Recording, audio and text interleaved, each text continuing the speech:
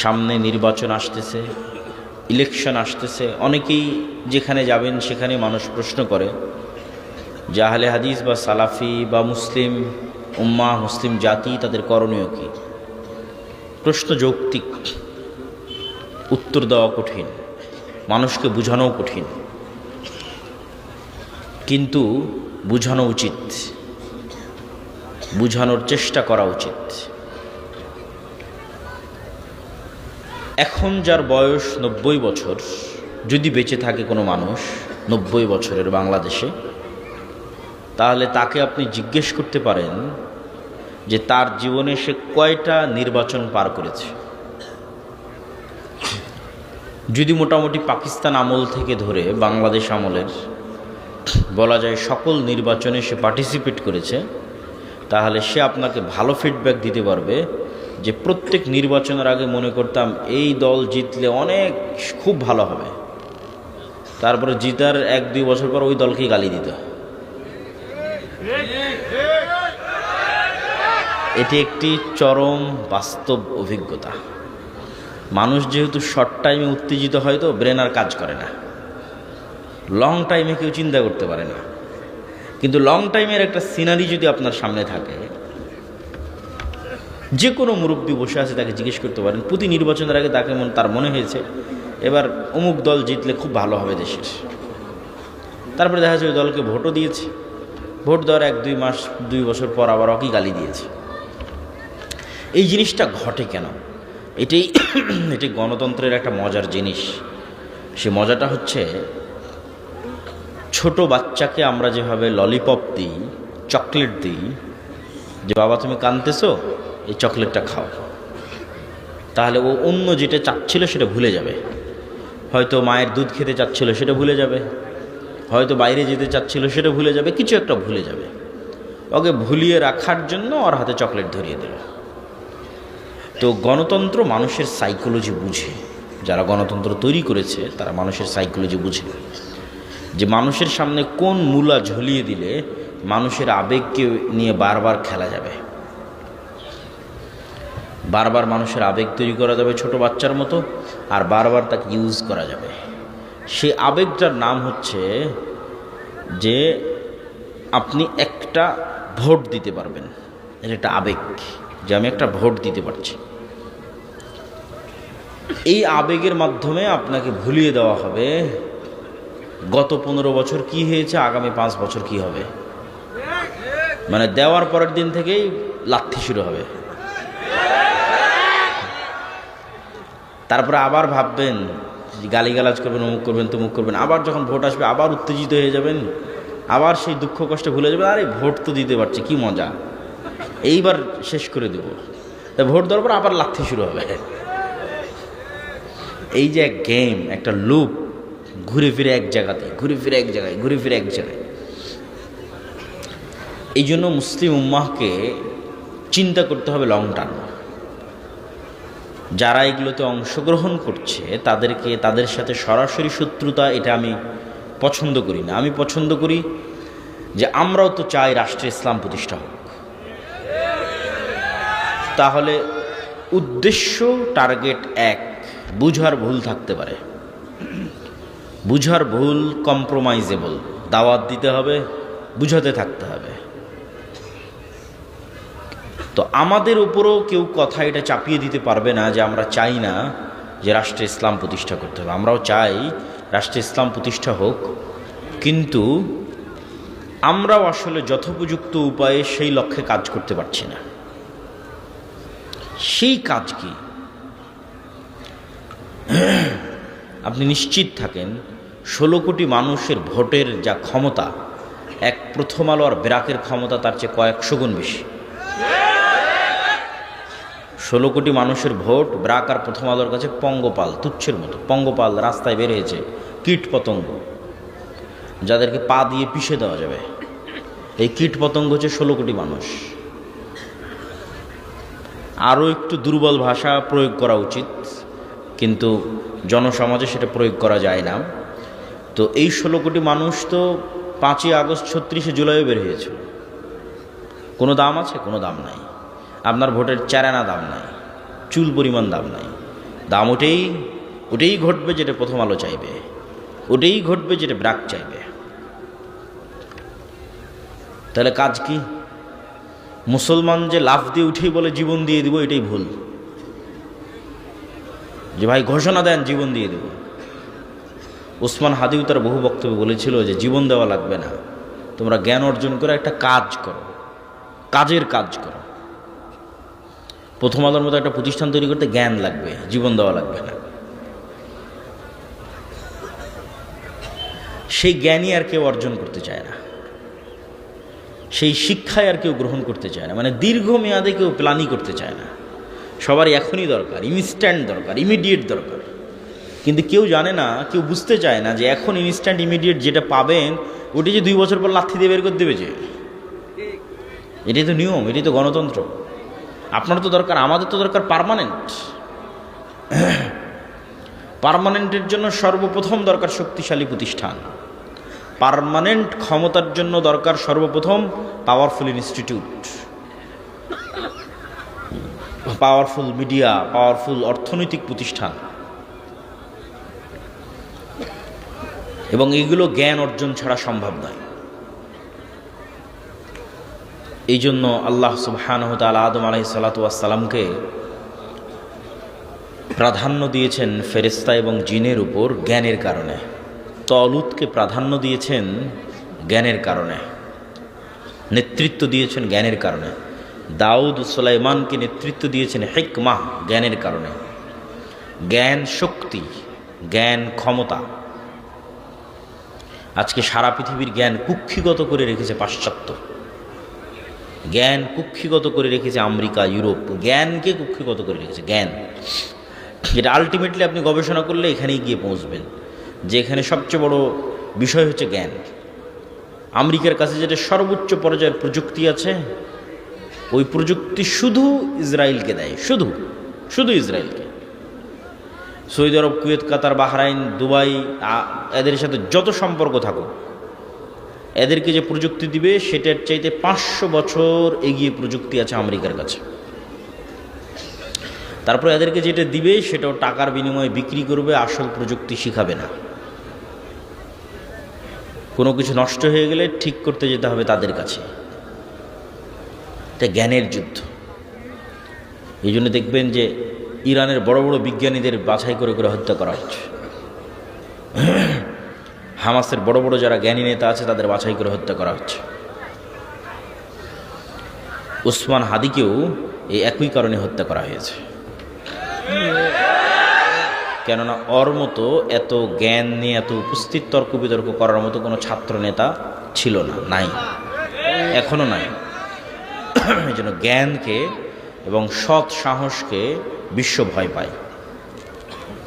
জ্ঞান এবং তার সাথে সৎ সাহস। জ্ঞানী অনেক মানুষ হতে পারে, কিন্তু কত জ্ঞানী আছে বিক্রি হয়ে যায় টাকার কাছে। কত জ্ঞানী নেবেন?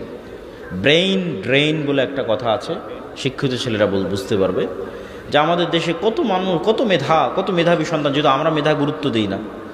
আমেরিকা, ইউরোপ তারা তো মেধার মূল্যায়ন বুঝে, তারা মেধার মূল্যায়ন করে, তখন এখান থেকে মেধা চলে যায় আমেরিকায়, মেধা চলে যায় ইউরোপে, ওখানে গিয়ে সেটেল হয়ে যায়। এটাকে বলে ব্রেইন ড্রেইন, মানে মেধা পাচার, টাকা পাচারের মতো মেধা পাচার হয়ে যায়। তাহলে মেধা আছে, কত মেধাবী ছাত্র শিক্ষক নেবেন, কিন্তু বিক্রি, টাকার কাছে বিক্রি।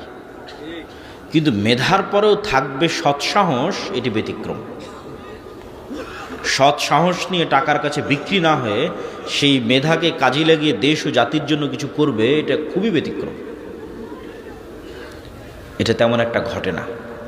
এই জন্য আমার সব বক্তব্যে বলেছি যে সর্বপ্রথম লাগবে জ্ঞান এবং শিক্ষা, তারপরে লাগবে সৎ সাহস, সততা, আমানতদারিতা, ন্যায় পরায়ণতা। সব বক্তব্যে বলা আছে যে আজকের মুসলমানদের সবচেয়ে বড় সংকট হচ্ছে মুসলমানেরা যেহেতু দীর্ঘদিন ব্রিটিশদের গোলাম ছিল, সেহেতু তারা বানু ইসরাইল হয়ে গেছে। বানু ইসরাইল হয়ে যাওয়ার কারণে তারা মিথ্যা এগুলোর সাথে যুক্ত হয়ে গেছে। ফলত তাদের মধ্যে নেতৃত্বের ক্রাইটেরিয়া নাই, নেতৃত্বের গুণ নাই। মুহাম্মদ সাল্লাল্লাহু আলাইহি ওয়াসাল্লাম যেই মানদণ্ডে ছিলেন তার ধারে কাছে আমরা নাই। মুহাম্মদ সাল্লাল্লাহু আলাইহি ওয়াসাল্লামের সাহাবীরা যেই মানদণ্ডে ছিলেন তার ধারে কাছে আমরা নাই। আপনি মুহাম্মদ সাল্লাল্লাহু আলাইহি ওয়াসাল্লামের পুরো জীবনী খুঁজে একদিন দেখাতে পারবে না যেই দিন যেই একদিন মুহাম্মদ সাল্লাল্লাহু আলাইহি ওয়াসাল্লাম আবুল আহাবকে, আবু জাহালকে, আবু সুফিয়ানকে মুখের ভাষা খারাপ করে ব্যক্তিগত আক্রমণ করেছে, কটূক্তি করেছে। একটা দিন সমগ্র ইতিহাস থেকে উঠিয়ে যাচাই বাছাই করে মুহাম্মদ সাল্লাল্লাহু আলাইহি ওয়াসাল্লামের শত্রুরাও লিখবে না এই কথা। কেন? এটা বাস্তবে ঘটেনি। এটা যদি বাস্তবে ঘটতো, যেমনটা আমরা করি, আমরা আলেম ওলামারা করি, যে যার সাথে হয়তো আমি পারতেছি না, তা তখন ব্যক্তিগত আক্রমণ করলাম, আরে ওই তো খাটো, ওই তো বাঠু, ওই তো কানা, এগুলো ব্যক্তিগত আক্রমণ। আরে তোর বই পর্দা করে না, আরে ওর ছেলে এরকম, এগুলোকে বলে ব্যক্তিগত, মানে মানুষের মান সম্মান নিয়ে টানাটানি করা। এগুলো গোলামদের স্বভাব। তো মুহাম্মদ সাল্লাল্লাহু আলাইহি ওয়াসাল্লাম যদি একদিন এই কাজ আবু সুফিয়ানের সাথে করতেন, আপনি নিশ্চিত থাকেন আবু সুফিয়ান ইসলাম সত্য জানলেও গ্রহণ করত না।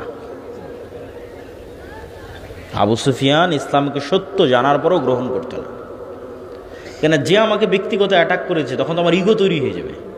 ইগো, যে ও আমাকে ব্যক্তিগত অ্যাটাক করেছে, আমি কেন ওর কাছে নত হব? কিন্তু আবু সুফিয়ানও জানে যে মুহাম্মদ সাল্লাল্লাহু আলাইহি ওয়াসাল্লামের হৃদয় ফ্রেশ, বলেন আল্লাহু আকবার।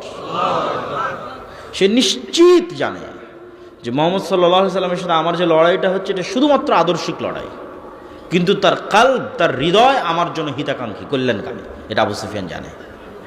এই জন্য এটা এক সেকেন্ডের ব্যাপার যে আবু সুফিয়ান মুহাম্মদ সাল্লাল্লাহু আলাইহি ওয়াসাল্লামের হাতে হাত রেখে বলবে যে আপনার কাছে ইসলাম গ্রহণ করলাম, এটা করতে আবু সুফিয়ানের বাঁধবে না। কেন? মুহাম্মদ সাল্লাল্লাহু আলাইহি ওয়াসাল্লাম ওই ধরনের নেতা নন, ওই ধরনের কিছু তিনি করেননি। সেই ক্রাইটেরিয়া আমরা ফুলফিল করতে পারছি কিনা? রাসূল সাল্লাল্লাহু আলাইহি ওয়াসাল্লামের ওই নেতৃত্বের ক্রাইটেরিয়া নাই মুসলমানদের মধ্যে।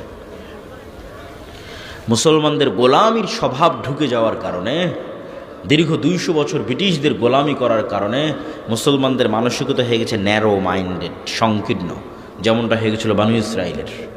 এরা এখন 1 টাকার জন্য শুধু মিথ্যা বলবে না, 1 টাকার জন্য আরেকজনকে হত্যাও করতে পারে। এখান থেকে নেতা তৈরি হয় না, এখান থেকে গোলাম তৈরি হয়। এই জন্য আমি আমার বক্তব্যে বলেছি, গণতন্ত্র হচ্ছে গোলাম তৈরির কারখানা। কেন গণতন্ত্র গোলাম তৈরির কারখানা? গণতন্ত্রের যে কালচার, এই পুরো কালচারটা নিম্ন লেভেল থেকে উপর লেভেল পর্যন্ত মিথ্যার উপর দাঁড়িয়ে আছে। মিথ্যা না বললে আপনি এখানে রাজনীতি করতে পারবেন না। আপনি নিশ্চিত থাকেন নির্বাচন কমিশনে যত এমপি পদপ্রার্থী হলফনামা জমা দিয়েছে, তার শতভাগই বলা উচিত, এমনি একটু ইল্লামান রাহিমা রব্বে, এই জন্য 99% বলছি, 99% হলফনামায় মিথ্যা। ওর বাস্তব যা সম্পদ সেটা সে সেখানে দেখায়নি, সেটা সে সেখানে বলেনি। এই পুরো কালচারটা মিথ্যার উপর দাঁড়িয়ে আছে, পুরো কালচারটা। এখন আপনাকে যেহেতু ভোট নিতে হবে, আপনি আরেকজনের বিরুদ্ধে যদি না বলেন, কেমনে ভোট নেবেন? আরেকজনকে যদি ব্যক্তিগত অ্যাটাক না করেন, ছোট না দেখান যে ওই ছোট, ওই নিকৃষ্ট, ওই খারাপ, কেমনে ভোট নেবেন? কিন্তু দেখেন এই বিষয়টাই যে আপনি আরেকজনকে ছোট দেখাতে চাচ্ছেন, এটাই তো মানুষকে গোলাম বানাচ্ছে, নেতা বানাচ্ছে না। তো মেন্টালিটিটা গোলাম হয়ে যাচ্ছে, তো মানসিকতা তো গোলাম হয়ে যাচ্ছে। একজন নেতা কিভাবে এরকম হতে পারে? মানে একজন নেতা কিভাবে তার দেশের জনগণের মধ্যে বিভাজন তৈরি করতে পারে? এগুলো বুঝার জন্য, আমি যে কথাগুলো বলছি এগুলো বুঝার জন্য চিন্তা শক্তি লাগবে, ঠান্ডা মাথায় বুঝতে হবে। মুহাম্মদ সাল্লাল্লাহু আলাইহি ওয়াসাল্লাম হুনাইনের যুদ্ধে অনেক গনিমতের মাল পেয়েছিলেন। এই গনিমতের মাল, হুনাইনের যুদ্ধটা হয়েছিল কিন্তু মক্কা বিজয়ের পর। মক্কার মানুষ কেবল মুসলমান হয়েছে, এরা তো এতদিন মুহাম্মদ সাল্লাল্লাহু আলাইহি ওয়াসাল্লামের বিরুদ্ধে যুদ্ধ করত। আর মক্কার মানুষ কেবল মুসলমান হয়ে মুহাম্মদ সাল্লাল্লাহু আলাইহি ওয়াসাল্লামের পক্ষে নিয়ে প্রথম যুদ্ধ করতেছে, হুনাইনের যুদ্ধ। তো এই গনিমতের মালের প্রায় সবই মুহাম্মদ সাল্লাল্লাহু আলাইহি ওয়াসাল্লাম মক্কার নবমুসলিমদের মধ্যে দিয়ে দিয়েছে।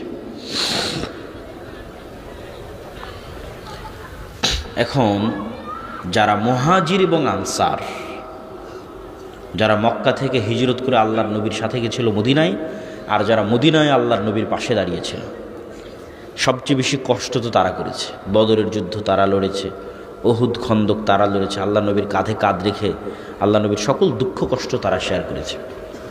আর আল্লাহর নবীকে সবচেয়ে বেশি কষ্ট দিয়েছে মক্কার মানুষ। আজ ইসলামের একটা অর্জন, হুনাইনের যুদ্ধে বিজয়, এই অর্জনের একটা বড় অংশ চলে যাচ্ছে সেই মক্কার মানুষের কাছে। আর বঞ্চিত হচ্ছে মুহাজির এবং আনসারেরা। তো ওই যে আব্দুর রহিম বলছিল না শয়তানের কথা, শয়তান তো সুযোগ পেয়ে গেছে যে এখানে তো বিভেদ তৈরি করা যায়, চমৎকার একটা সুযোগ। শয়তান তখন মুহাজির এবং আনসারদের অন্তরে দিয়ে দিল যে তোমাদের শুধু ব্যবহার করা হলো, কাজের বেলা দেওয়া হলো মক্কার মানুষকে। তো এই জায়গায় চাইলে রাসূলুল্লাহ সাল্লাল্লাহু আলাইহি ওয়াসাল্লামও বিভেদ তৈরি করতে পারতেন, কেননা বিভেদ শয়তান চায়। আপনাদের ভাষায় যদি বলি, বাংলাদেশের ঐতিহাসিক প্রেক্ষাপটে যদি বলি যে মুক্তিযোদ্ধা বনাম রাজাকার, এইভাবে একটা দেশের মানুষকে বিভক্ত রাখা, এটা হচ্ছে ভারতীয় রাজনৈতিক বয়ান।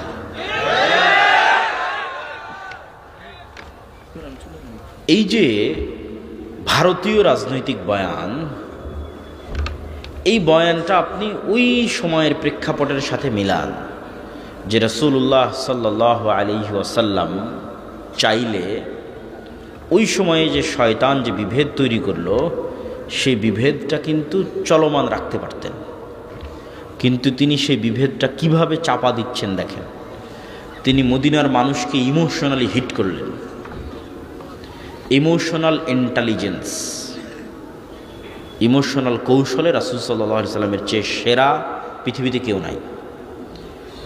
তিনি ইমোশনালি মদিনার মানুষকে বললেন, এই কথার গুরুত্ব আছে, মুহাম্মদ সাল্লাল্লাহু আলাইহি সাল্লামের বাড়ি মক্কা, ঘর মক্কা, যৌবন মক্কা, কিশোর মক্কা, আত্মীয় স্বজন মক্কা, কষ্টও দিয়েছে মক্কার মানুষ। মুহাম্মদ সাল্লাল্লাহু বললেন, মদিনার মানুষ এখন তো মক্কা বিজয় হয়ে গেছে, চাইলে তুমি মক্কায় থাকতে পারেন, মন এটাই টানবে। মক্কা বিজয় হয়ে গেছে যেহেতু, মক্কায় আমার শৈশব কৈশোর যৌবন, মন এটাই চাইবে যে আমি মক্কায় থাকি, এটাই স্বাভাবিক। মুহাম্মদ সাল্লাল্লাহু আলাইহি সাল্লাম বলেন, মদিনার মানুষ, মক্কার মানুষ নিয়ে গেল সকল গনিমতের মাল, আর তোমরা নিয়ে যাবে মুহাম্মদ সাল্লাল্লাহু আলাইহি ওয়াসাল্লামকে। বলেন আল্লাহু আকবার। কোথায় হিট করেছে রাসূল সাল্লাল্লাহু আলাইহি ওয়াসাল্লাম দেখেন। মদিনার মানুষের চোখে পানি, যে এর চেয়ে বড় ভালোবাসার নিদর্শন আর কি হতে পারে, যে স্বয়ং মুহাম্মদ সাল্লাল্লাহু আলাইহি ওয়াসাল্লাম আমাদের সাথে আমাদের বাড়িতে এবং ঘরে ফিরে যাবে, এবং তিনি আমাদের সাথেই থাকবে, আমাদের শহরে মারা যাবে, আমাদের সাথে খাবে এবং উঠবে। এটা তো সারা পৃথিবীতে ক্রয় করা যাবে না। এই সামান্য গনিমতের মালের বা কি দাম আছে? এই যে আল্লাহর নবী তার জাতিকে বিভক্ত হতে দিলেন না, এক রাখলেন। নেতা কখনো তার জাতিকে বিভক্ত করতে পারে না, কিন্তু গণতন্ত্র শিখাই বিভক্তি। এখানে বিভক্তি তৈরি না করলে আপনি রাজনীতি করতে পারবেন না। আর যখনই আপনি বিভক্তির পথে আগাবেন, তখনই আপনাকে গীবত করতে হবে, দুর্নাম করতে হবে, মিথ্যা বলতে হবে। অন্যের বিরুদ্ধে তো বহু পরে। আপনি যদি একটা নির্দিষ্ট দলেরও রাজনীতি করেন, ওই দলেরই মনোনয়ন নেওয়ার জন্য ওই দলের অন্য মনোনয়ন প্রার্থীর সাথে আপনাকে যেই অসম প্রতিযোগিতায় লড়তে হবে, সেই অসম প্রতিযোগিতায় টাকার খেলা আছে, মিথ্যার খেলা আছে, দুর্নীতির খেলা আছে। আপনি ওই টাকার, ওই মিথ্যা, ওই দুর্নীতির খেলা না খেললে আপনি নিজেই নিজের দলের মনোনয়ন পাবেন না। তাহলে আমি কি বলতে চাচ্ছি, যে গণতন্ত্র টপ টু বটম পুরো কালচারটা যেই সিস্টেমের উপর দাঁড়িয়ে আছে, এই সিস্টেমটা মিথ্যার সিস্টেম, গীবত এবং পরনিন্দার সিস্টেম। আর মিথ্যা, গীবত, পরনিন্দা কার স্বভাব? হ্যাঁ, শয়তানের তো অবশ্যই, কিন্তু আমি যেই টপিকে আছে, গোলামের স্বভাব। কার স্বভাব? আর একটু জোরে বলেন, কার স্বভাব? গোলামের স্বভাব। তাহলে এই কালচারের মধ্যে দিয়ে যত এমপি সংসদ ভবনে যাচ্ছে, এরা স্বাধীন না গোলাম? গোলাম। এরা নেতা না গোলাম? গোলাম। এই জিনিসটা যেই দিন আপনি বুঝে যাবেন, সেই দিন আমার মেসেজ আপনাদের কাছে ক্লিয়ার হয়ে যাবে যে আমরা প্রকৃত নেতা তৈরি করতে চাচ্ছি। আমরা চাচ্ছি যে মুসলমানদের মধ্যে প্রকৃত নেতা তৈরি হোক। এই গণতন্ত্র তো গোলাম তৈরি করতেছে। যে আজকে টাকা দিয়ে মনোনয়ন কিনেছে, সে কাল এমপি হওয়ার পর, মন্ত্রী হওয়ার পর, এমনকি প্রাইম মিনিস্টার হওয়ার পর টাকার কাছে বিক্রি হয়ে যাবে।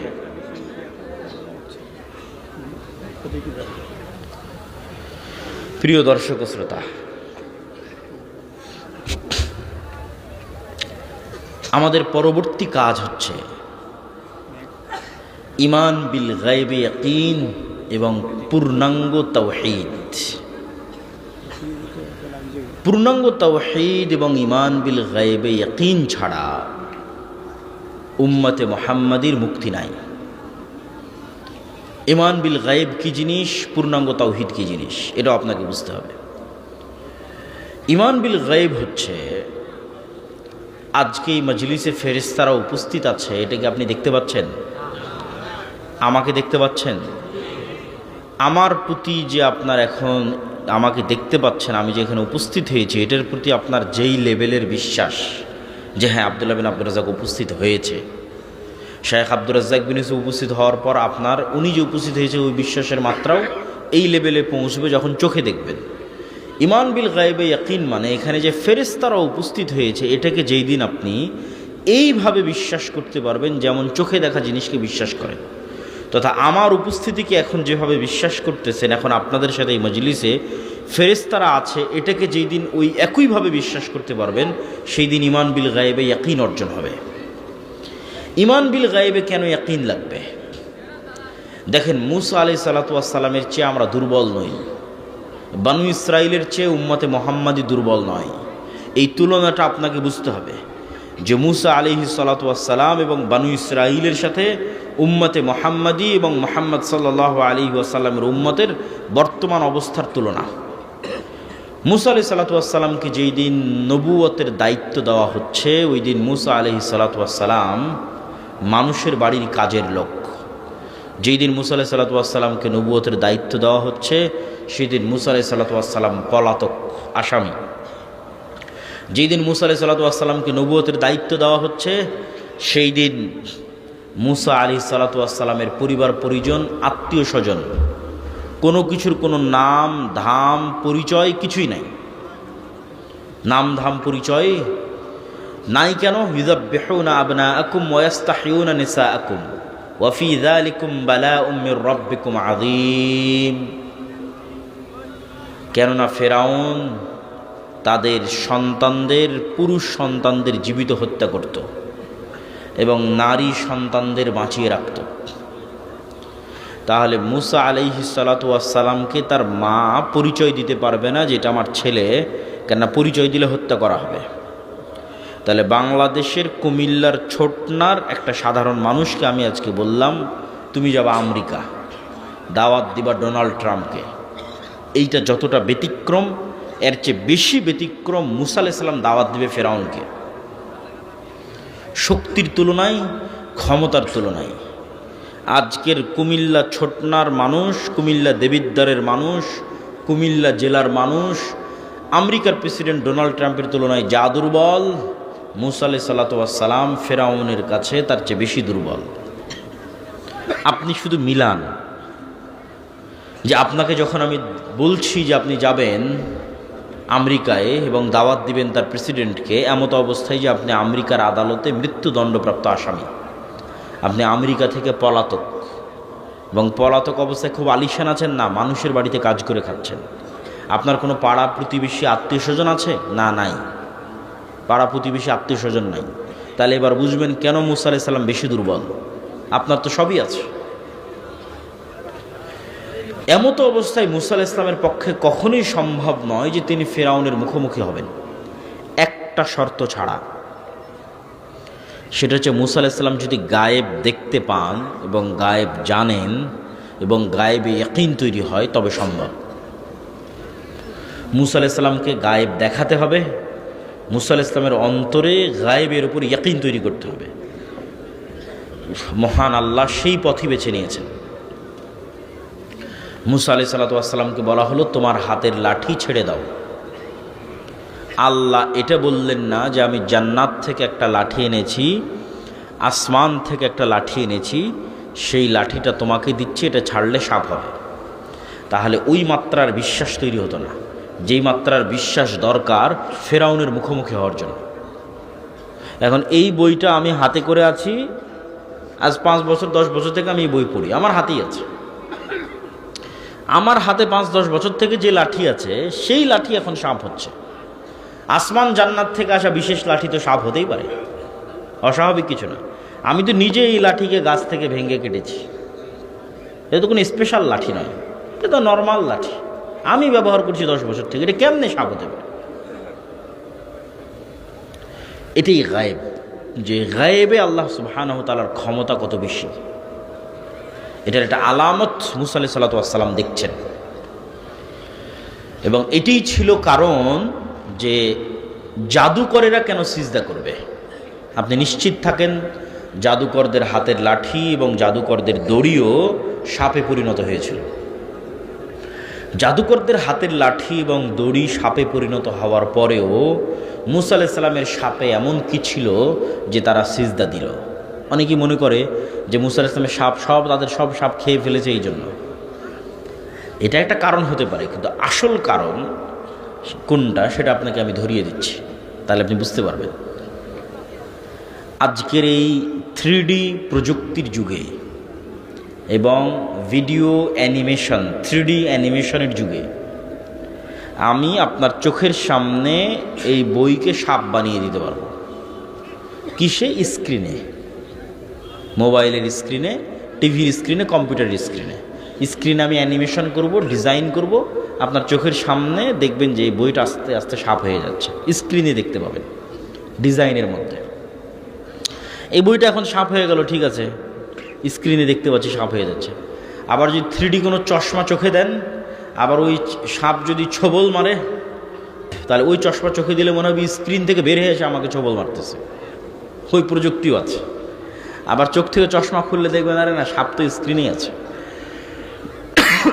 তাহলে এই বইটা সাপে পরিণত হয়েছে চোখে। বাস্তবে কি? বাস্তবে নয়। আজকের বিজ্ঞানের পক্ষে সম্ভব নয় যে এটাকে সাপে পরিণত করবে বাস্তবে। কোথায় সম্ভব? চোখের ভেলকিতে, ডিজাইনে সম্ভব, 3D অ্যানিমেশনে সম্ভব। এটাও দেখানো সম্ভব যে এসে আপনাকে ছোবল মারতেছে, আপনি ভয় পাবেন, এটাও দেখানো সম্ভব। তাহলে তাদের লাঠি এবং তাদের দড়ি সাপে পরিণত হয়েছিল, এটা ছিল চোখের ভেলকি। ঠিক আজকের যুগের স্ক্রিনের, মোবাইল কম্পিউটারের স্ক্রিনের ডিজাইন, দ্যাটস ইট। আর মুসা আলাইহিস সালাতু ওয়াস সালাম এটা ছিল আস্ত। আস্ত যেই সাপ এখন মেঘনা নদীতে ঘুরে বেড়াচ্ছে, এই বইটা এখন সেই সাপে পরিণত হয়েছে। আস্ত যেই সাপ মেঘনা নদীতে ঘুরতেছে, চোখের ভেলকি না। মুসা আলাইহিস সালামের হাতের লাঠি আস্ত জ্যান্ত জীবন্ত সাপে পরিণত হয়েছিল। আর জাদুকরদের লাঠি এবং দড়ি আস্ত জ্যান্ত জীবন্ত সাপে পরিণত হয়নি। আমাদের আজকের যুগের যেমন 3D ডিজাইন, এরকম কোনো এক প্রযুক্তির মাধ্যমে, জাদুকরী কোনো প্রযুক্তির মাধ্যমে চোখের ভেলকিতে মনে হচ্ছিল যেন সাপ। আর মুসা আলাইহিস সালাতু ওয়াস সালামেরটা বাস্তবে সাপে পরিণত হয়ে গেছে, যেটা ওই কালেও অসম্ভব, এই কালেও অসম্ভব। আজকের বিজ্ঞানের এই উন্নত প্রযুক্তির যুগে অসম্ভব, আজ থেকে 5000 বছর আগে অসম্ভব। তো জাদুকরেরা তো জানে যে হ্যাঁ, চোখের ভেলকিতে সাপ হতেই পারে, বাস্তবে সাপ হয়ে গেছে এটাই তো তাদের বিশ্বাস হয় না। যখন তারা দেখছে মুসা আলাইহিস সালাতু ওয়াস সালামের লাঠি জাদুর সাপ নয়, এটা সত্যি জ্যান্ত জীবন্ত আস্ত সাপে পরিণত হয়ে গেছে, তখন তারা বুঝে গেছে যে এটা কোনো জাদুর শক্তি নয়, এটা কার শক্তি? রব্বুল আলামিনের শক্তি। এই জন্য তারা সিজদায় অবনত হয়েছে। বলছিলাম মুসা আলাইহিস সালামের অন্তরে ইয়াকিন তৈরি হয়ে গেছে যে চোখে যা দেখা যায় তাই সব কিছু নয়। চোখে দেখছি এটাকে লাঠি, এখন তো সাপ হয়ে গেল। এই একটা বিশ্বাস, ইয়াকিনের লেভেলে পৌঁছে যাওয়া, যে আমি চোখে দেখছি ফেরাউন অনেক শক্তিশালী, তার ভয়ে আমি পালিয়ে গেছি, আজ 10 বছর থেকে পলাতক আছি। কিন্তু আল্লাহ যখন তার অন্তরে ইয়াকিন তৈরি করে দিলেন, তখন মুসা আলাইহিস সালাম বুঝলো যে লা হাওলা ওয়ালা কুওয়াতা ইল্লা বিল্লাহ। আল্লাহর শক্তির সামনে ফেরাউনের শক্তি দুর্বল, জিনা। আল্লাহর শক্তির সামনে ফেরাউনের শক্তি জিরো। দুর্বল বললে ঈমান থাকবে না। এখন মিলিয়ে নেন, আল্লাহর শক্তির সামনে আমেরিকা এবং ইসরায়েলের শক্তি যদি বলেন কম, তাহলে এখনও গায়েবে ইয়াকিন তৈরি হয়নি। আল্লাহর শক্তির সামনে আমেরিকা এবং ইসরায়েলের শক্তি কি? জিরো। এটা মুখে বলা নয়, এটা বাস্তবে যেই দিন বিশ্বাস অর্জন করা যাবে, এটা নাম ঈমান বিল গায়বে ইয়াকিন। এইটার উপর যেই দিন মুসলমানেরা বাস্তবে বিশ্বাস অর্জন করতে পারবে, ওই দিন গোলামি থেকে মুক্তির রাস্তা শুরু। এইটার উপর বাস্তব ইয়াকিন লাগবে। ঈমান বিল গায়বে ইয়াকিনের মধ্যে আরও একটা জিনিসে ইয়াকিন জরুরি ভিত্তিতে লাগবে, সেটা হচ্ছে পরকাল, জান্নাত। এটা ছাড়া মুসলমানদের বিজয় সম্ভব নয়। আসহাবুল উখদুদের মতো ঈমান পরকালের উপর। আসহাবুল উখদুদের ঘটনা আপনাদের জানা আছে। ওয়ামা নাকামু মিনহুম ইল্লা আন ইউমিনু বিল্লাহিল আজিজিল হামিদ। যে আল্লাহ সুবহানাহু তাআলা বলছেন যে আসহাবুল উখদুদকে আগুনে জ্বালিয়ে দেওয়া হচ্ছে শুধু এই কারণে যে আসহাবুল উখদুদ আল্লাহ সুবহানাহু তাআলার উপর ঈমান রাখত। তো ওরা আগুনে ঝাঁপ দিচ্ছে কেন? ওরা আগুনের মধ্যে জান্নাত দেখতে পাচ্ছিল। বাড়িতে ফিরে যাচ্ছে না কেন? বাড়িতে জাহান্নামের আগুন দেখতে পাচ্ছিল। এটা এমনি দেখতে পাওয়া না, বাস্তব দেখতে পাওয়া, বাস্তব যে আমার সামনে জ্বলন্ত আগুন আছে, এটা তো জান্নাত। ওরা জান্নাতে ঢুকে গেছে। আসহাবুল উখদুদের লোকেরা আগুনে ঢোকেনি, কিসে ঢুকেছে বলেন তো? জান্নাতে ঢুকে গেছে। আর ওদের বাড়ি ঘরে ফিরে যায়নি কেন? ওদের বাড়ি ঘরে কি আছে? জাহান্নাম। মুসলমান যেই দিন এইভাবে জান্নাতকে দেখতে পারবে, এইভাবে পরকালকে দেখতে পারবে, সেই দিন মুসলমানদের বিজয় শুরু হবে। 4টে পয়েন্ট বলা হয়ে গেল, আর 2টো পয়েন্ট বলে বক্তব্য শেষ করব। পয়েন্ট নাম্বার 1 বলেছি জ্ঞান, পয়েন্ট নাম্বার 2 বলেছি সত্যবাদীতে ন্যায়পরায়ণতা, পয়েন্ট নাম্বার 3 বলেছি ঈমান বিল গায়বি ইয়াকিন, পয়েন্ট নাম্বার 4 পূর্ণাঙ্গ তাওহীদ এবং আল্লাহর সাহায্য। নবী মুহাম্মদ সাল্লাল্লাহু আলাইহি ওয়াসাল্লাম বিজয়ের জন্য আল্লাহর সাহায্যের মুখাপেক্ষী ছিলেন।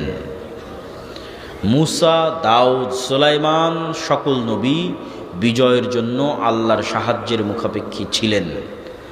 আল্লাহর সাহায্য ছাড়া মুসলমানদের বিজয় অতীতে কোনোদিন হয়নি, ভবিষ্যতে কোনোদিন হবে না, ফুল স্টপ। এই জন্য আমাকে এবং আপনাকে আগে নিশ্চিত করতে হবে যে আমি আল্লাহর সাহায্য কি পাচ্ছি, আল্লাহর সাহায্য কি আসতেছে, এটা নিশ্চিত করতে হবে। নিশ্চিত করবেন কি দিয়ে? এটা একটা খুব জরুরি বিষয়। আল্লাহর সাহায্য ছাড়া মুসলমানদের বিজয় হবে না, সম্ভব নয়। নবীদের হয়নি, আপনাদেরও হবে না, আমাদেরও হবে না। আল্লাহর সাহায্য নিশ্চিত করতে হবে। মুহাম্মদ সাল্লাল্লাহু আলাইহি ওয়াসাল্লাম বদরের যুদ্ধের আগের রাতে লম্বা সালাত আদায় করছেন। সেই লম্বা সালাত দেখে আবু বকর রাদিয়াল্লাহু তাআলা আনহু পর্যন্ত ক্লান্ত। কাফাকা মুনাশাদাতাকা রাব্বাক, হে আল্লাহর নবী যথেষ্ট হয়েছে, আর কত দোয়া করবেন, আর কত সালাত আদায় করবেন? আপনি তো আল্লাহর নবী, আল্লাহ তো আপনাকে বিজয় দিবেই, আর কত? কিন্তু মুহাম্মদ সাল্লাল্লাহু আলাইহি ওয়াসাল্লাম আবু বকর রাদিয়াল্লাহু তাআলা আনহুর চেয়েও বেশি ভালো জানতেন, বেশি ভালো বুঝতেন যে আগামীকাল বদরের যুদ্ধে আমি মুহাম্মদ বিজয় অর্জন করতে পারবো না যতক্ষণ না মহান আল্লাহর সাহায্য আমি না পাচ্ছি। আর মহান আল্লাহর সাহায্য ততক্ষণ পর্যন্ত আমি পাবো না যতক্ষণ না আমি রাতের সালাতে না দাঁড়াচ্ছি। তাহলে নবী মুহাম্মদ সাল্লাল্লাহু আলাইহি ওয়াসাল্লাম রাতে সালাত আদায় না করে আল্লাহর সাহায্যের বিষয়ে নিশ্চিত হতে পারছেন না। আর সেই নবীরই উম্মত গুনাহগার, পাপিষ্ঠ আমরা 5 ওয়াক্ত সালাত, রাতের সালাত বহুদূরের কথা, 5 ওয়াক্ত সালাত আদায় না করি শুধু মিছিল আর তাকবীর দিয়ে ইসলামকে বিজয় করে দেব। আমার কথা কি বোঝা যায়? মুসলমান যদি মনে করে তাদের মুক্তির দরকার, শুরু হবে সালাত দিয়ে। 5 ওয়াক্ত সালাতে নাই যে তাকে আল্লাহ চিনে না, সে কে? তাকে আল্লাহ জানে না, সে কে? সে কিসের তাকবীর দেয়, কিসের মিছিল করে, কিসের কথা বলে যে আমি জীবন দেব, কিসের? 5 ওয়াক্ত সালাতে আছে যে তাকে আল্লাহ চিনে যে হ্যাঁ সে মুসলমান, সে আমার সাহায্য চায়, সে ইসলামকে বিজয়ী করতে চায়। তাকে আল্লাহ সুবহানাহু ওয়া তাআলা চিনে, তাকে আল্লাহ গণার মধ্যে ধরবে, কাউন্ট করবে। 5 ওয়াক্ত সালাতের পরে লাগবে রাতের সালাত। সালাতে আসমান থেকে গায়েবী মদদ নেমে আসে। আজকের আধুনিক যুগে যে ইন্টারনেটের মাধ্যমে আপনারা পরস্পরে যোগাযোগ করছেন, অনলাইন লাইভ ক্লাসে একত্রিত হচ্ছেন, যে ইন্টারনেট দিয়ে 1000 কিলোমিটার দূরের America, London, Europe, Saudi, Kuwait, Qatar, বাহরাইনে বসেও আপনার সাথে লাইভ কথা বলতে পারছে, তার চেয়েও শক্তিশালী লক্ষ কোটি গুণে, হাজারো গুণে শক্তিশালী প্রযুক্তি সালাত, যেটা দুনিয়ায় থাকা মানুষকে সাত আসমানে আরশের উপর যে রব্বুল আলামিন আছে তার সাথে লাইভ কানেক্টেড করে দেয়, সরাসরি মুখোমুখি। সালাতে দাঁড়ানো আর রব্বুল আলামিনের মুখোমুখি হওয়া, এটা একটা পদ্ধতি, এটা একটা ওয়ে, যেটা কাজে লাগিয়ে সাত আসমানে রব্বুল আলামিনের সাথে কানেক্টেড হওয়া যায়, লাইভ কানেক্টেড হওয়া যায়। সেম ওই পদ্ধতিতেই ওই সময়ই ওইভাবেই দাঁড়াতে হবে, ওই অজু, ওই নিয়ত, ওই সিস্টেম, ওই পদ্ধতি। আপনাদের মোবাইলের পাসওয়ার্ড যেভাবে কাজ করে, ফিঙ্গারপ্রিন্ট যেভাবে কাজ করে, তার চেয়ে বেশি পাওয়ারফুল কাজ করবে সালাত। যে আপনি চাপ দিলেন ওপেন হয়ে গেল, ওর চেয়ে বেশি পাওয়ারফুল। দাঁড়াবেন, সাথে সাথে রব্বুল আলামিন আপনার সাথে কানেক্টেড হয়ে গেল। এই জন্য নবী এবং রাসূলগণ যে কোনো বিপদে পড়ে আগে কি করতেন? সালাতে দাঁড়াতেন। কেন? এটা যোগাযোগের মাধ্যম, যোগাযোগের ওয়ে আল্লাহ সুবহানাহু ওয়া তাআলার সাথে। জিবরাইলের মাধ্যমে শিখানো আছে নবীদেরকে। লাউহে মাহফুজে ওই সিস্টেমই, ওইভাবেই লাউহে মাহফুজে সালাত অন্তর্ভুক্ত আছে। লাউহে মাহফুজে সালাত ওইভাবেই রাখা আছে। আপনি যখন দাঁড়ান তখন এটা লাউহে মাহফুজের সাথে মিলে যায়। এই চিত্র, এই দৃশ্য লাউহে মাহফুজের সাথে মিলে যায়। লাউহে মাহফুজের সালাত এভাবেই রাখা আছে। এভাবে দাঁড়াবে, সূরা ফাতিহা পড়বে, রুকু করবে, সুবহান রাব্বিল আযীম বলবে, সিজদায় যাবে, সুবহান রাব্বিল আ'লা বলবে। লাউহে মাহফুজ এইভাবেই আছে। দাঁড়ানো মাত্র মিলে গেছে, কানেকশন তৈরি হয়ে গেছে রব্বুল আলামিনের সাথে। যে কোনো বিপদে, যে কোনো সমস্যায় 5 ওয়াক্ত সালাত মুসলমানের বিজয়ের জন্য পূর্ব শর্ত, আল্লাহর সাহায্য পাওয়ার জন্য পূর্ব শর্ত। রাতের সালাত বিজয়ী হওয়ার পূর্ব শর্ত, আল্লাহর সাহায্য পাওয়ার পূর্ব শর্ত। তাই যুবক সমাজ এসে জিজ্ঞেস করে, বলেন কি করতে হবে? জীবন দিতে চাই, সালাত আদায় করতে হবে। 5 ওয়াক্ত সালাত জামাতে মসজিদে গিয়ে আদায় করতে হবে। আরেকটি মাধ্যমে আল্লাহ সুবহানাহু তাআলার পক্ষ থেকে, একটু যদি শায়েখকে দেখতেন আসতেছে কিনা, তাহলে ওই হিসেবে আমি বক্তব্য সামনে আগাবো। আরেকটি মাধ্যমে আল্লাহ সুবহানাহু তাআলার সাহায্য পাওয়া যায়, সেটা হচ্ছে জিকির। জিকিরটা আপনাকে বোঝানোর জন্য একটু বুঝতে হবে আওয়াজ বা সাউন্ড কেন পাওয়ারফুল। আজকের আমার সব বক্তব্য ভুলে গেলেও এই একটা অংশ মনে করে নিয়ে বিদায় নিয়ে, আওয়াজ বা সাউন্ড কেন শক্তিশালী। পৃথিবীর সবচেয়ে শক্তিশালী হচ্ছে আওয়াজ, পৃথিবীর সবচেয়ে শক্তিশালী হচ্ছে সাউন্ড। আমি এখন বাংলায় কথা বলতেছি না, আমি আওয়াজ তৈরি করতেছি। প্রমাণ, এখানে নিয়ে এসে একজন চাইনিজকে বসিয়ে দিয়ে ওকে বলি তুমি বক্তব্য দাও।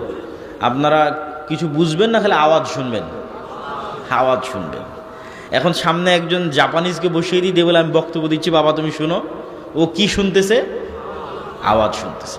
তাহলে আলটিমেটলি আমি একটা আওয়াজ তৈরি করতেছি। আওয়াজের ধরনে পার্থক্য হওয়ার কারণে এটা বাংলা, আওয়াজের ধরনে পার্থক্য হওয়ার কারণে এটা ইংরেজি, আওয়াজের ধরনে পার্থক্য হওয়ার কারণে এটা আরবি, কিন্তু তৈরি হচ্ছে আওয়াজ। সুলাইমান আলাইহিস সালাতু ওয়াস সালাম এই আওয়াজের প্রযুক্তি সবচেয়ে ভালো জানতেন, আল্লাহ তাকে দিয়েছিলেন। প্রিয় উপস্থিতি, মনোযোগ দিয়ে শুনতে হবে। সুলাইমান আলাইহিস সালাতু ওয়াস সালাম বললেন, কে পারবে রানী বিলকিসের সিংহাসনকে উঠিয়ে নিয়ে আসতে? ক্বালা ইফরিতুম মিনাল জিন, ইফরিত নামক জিন বলল, আপনি এখন যে মাজলিসে বসে আছেন এই মাজলিস থেকে ওঠার আগেই আমি ওই সিংহাসন এখানে নিয়ে আসব।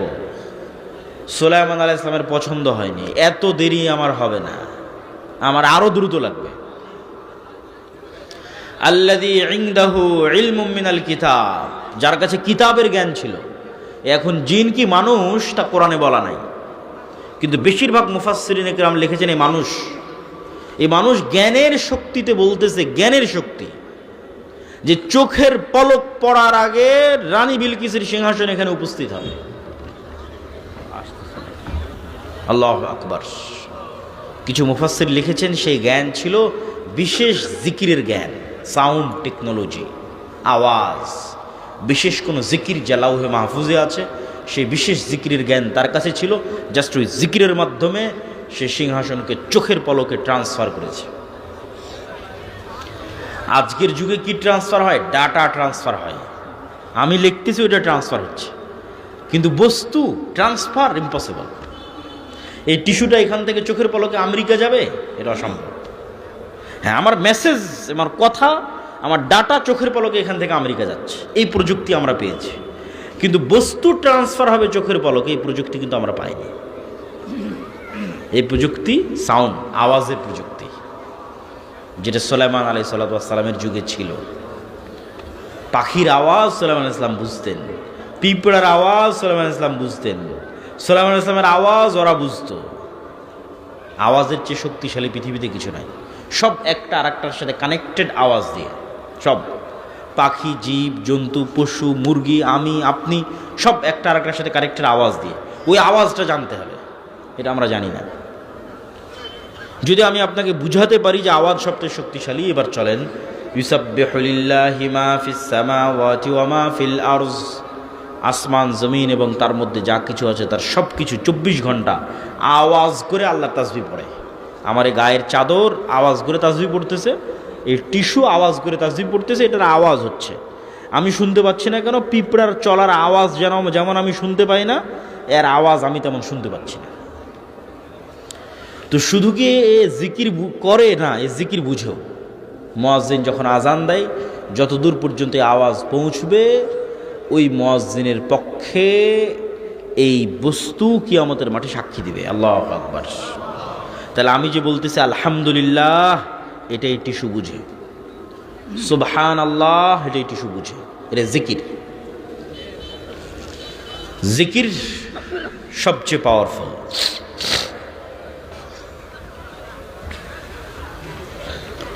প্রিয় উপস্থিতি, প্রিয় মুসল্লিবৃন্দ, জিকিরের মধ্যে সর্বশ্রেষ্ঠ জিকির হচ্ছে সকাল সন্ধ্যার জিকির। সকাল মানে সূর্য ওঠার পূর্বে এবং সন্ধ্যা মানে সূর্য ডোবার পূর্বে। আপনারা যারা পিছনে দাঁড়িয়ে আছেন, অনেকক্ষণ থেকে আপনাদের দেখছি ডানে বামে জায়গা আছে। এটা মাজলিসের একটা আদব, বসে পড়া। আপনারা যারা পিছনে আছেন তাদের প্রতি উদাত্ত আহ্বান যে আপনারা ডানে এবং বামে এসে বসে পড়েন।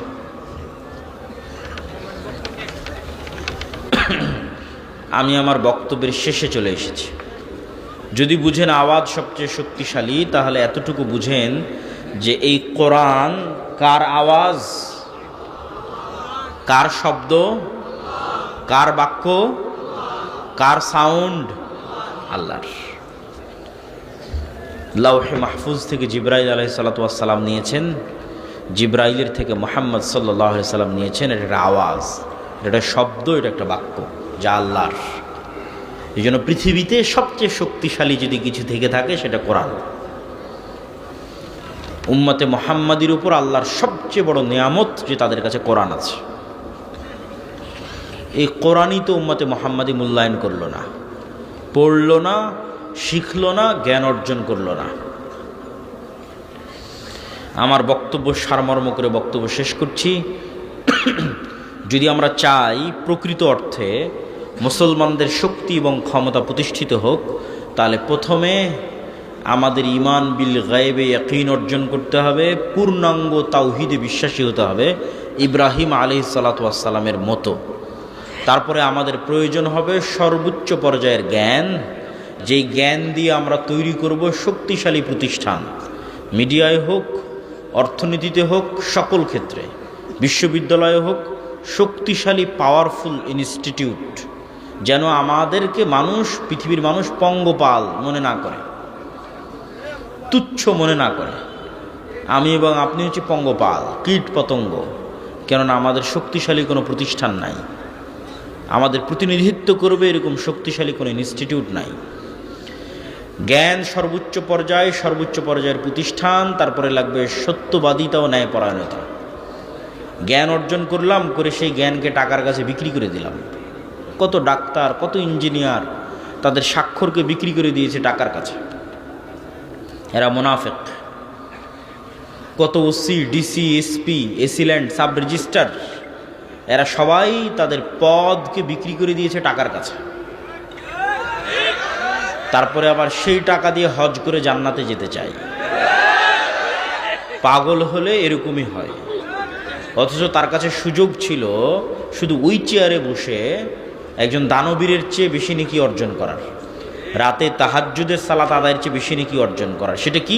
ওই চেয়ারে বসে সে ন্যায়পরায়ণ থাকতো, বাস 5 ওয়াক্ত সালাত আদায় করবে আর ওই চেয়ারে ন্যায়পরায়ণতার সাথে দায়িত্ব পালন করবে, দানবীরের চেয়ে বেশি নেকি পেয়ে যাবে। আর হারাম উপায়ে ইনকাম করে আল্লাহকে ধোঁকা দিতে চায়, নিজেকে ধোঁকা দিতে চায়, মানুষকে ধোঁকা দিতে চায়, দেখো আমি হজ করে এসেছি, এটা মুনাফিক। মুসলমানদের মধ্যে মুনাফিকিতে পরিপূর্ণ হয়ে গেছে। তাহলে লাগবে সততা, ন্যায়পরায়ণতা, আমানতদারিতা। এগুলো যখন আপনি অর্জন করে ফেলবেন তখন পৃথিবী আপনার শত্রু হয়ে যাবে। যেমন ওসমান হাদির শত্রু হয়ে গেছিল, আপনারও শত্রু হবে। আপনি একবার অর্জন করে দেখেন, শত্রু হবে। সর্বোচ্চ জ্ঞান অর্জন করেন, বিক্রি হন না, শক্তিশালী প্রতিষ্ঠান তৈরি করেন, দেখেন আপনার কত শত্রু তৈরি হয়। আপনাকে হত্যা করার জন্য কত দেশ উঠে পড়ে লাগে, আপনাকে ধ্বংস করার জন্য কত চেষ্টা তৈরি হয়। তখনই দরকার হবে শেষে যেগুলো বলছিলাম, আল্লাহর সাহায্য। আর আল্লাহর সাহায্যের খাতায় নামই নাই যে সালাত আদায় করে না, নামই নাই। পরীক্ষার হলে তো ঢুকতেই দিবে না যার হাজিরা খাতায় নাম নাই, ঢুকতে দিবে? অ্যাডমিট কার্ডও দিবে না প্রতিষ্ঠান।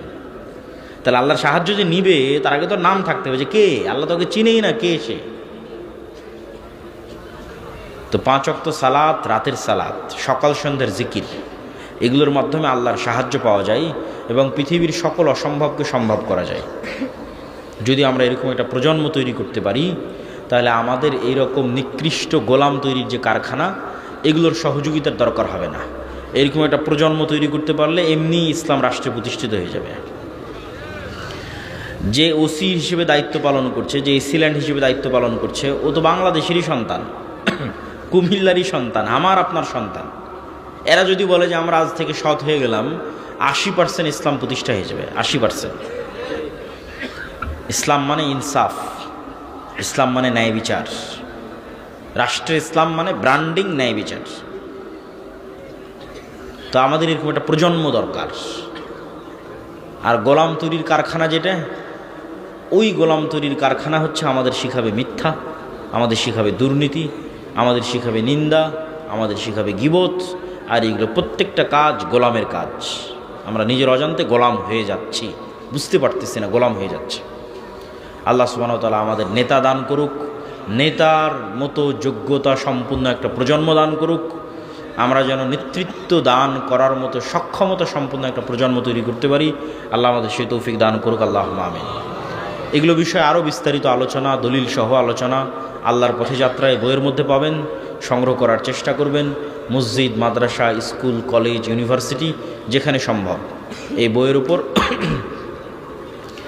প্রতি সপ্তাহে অন্তত 1 পৃষ্ঠা 2 পৃষ্ঠা করে অধ্যয়ন করা এবং পরস্পরে বুঝার চেষ্টা করা। প্রতিটা মসজিদে, স্কুল, কলেজ, ইউনিভার্সিটিতে কি লেখা আছে। আল্লাহ সুবহানাহু ওয়া তাআলা আমাদের তৌফিক দান করুক, আল্লাহুম্মা আমিন। আর আগামী কত তারিখে যেন আমাদের আবারও একটা প্রোগ্রাম আছে, 27শে জানুয়ারি, কোটবাড়ি, বিশ্ব রোড, কুমিল্লা। আপনাদের দাওয়াত থাকলো। আসসালামু আলাইকুম ওয়া রাহমাতুল্লাহি ওয়া বারাকাতুহু। আলহামদুলিল্লাহ, মাশাআল্লাহ।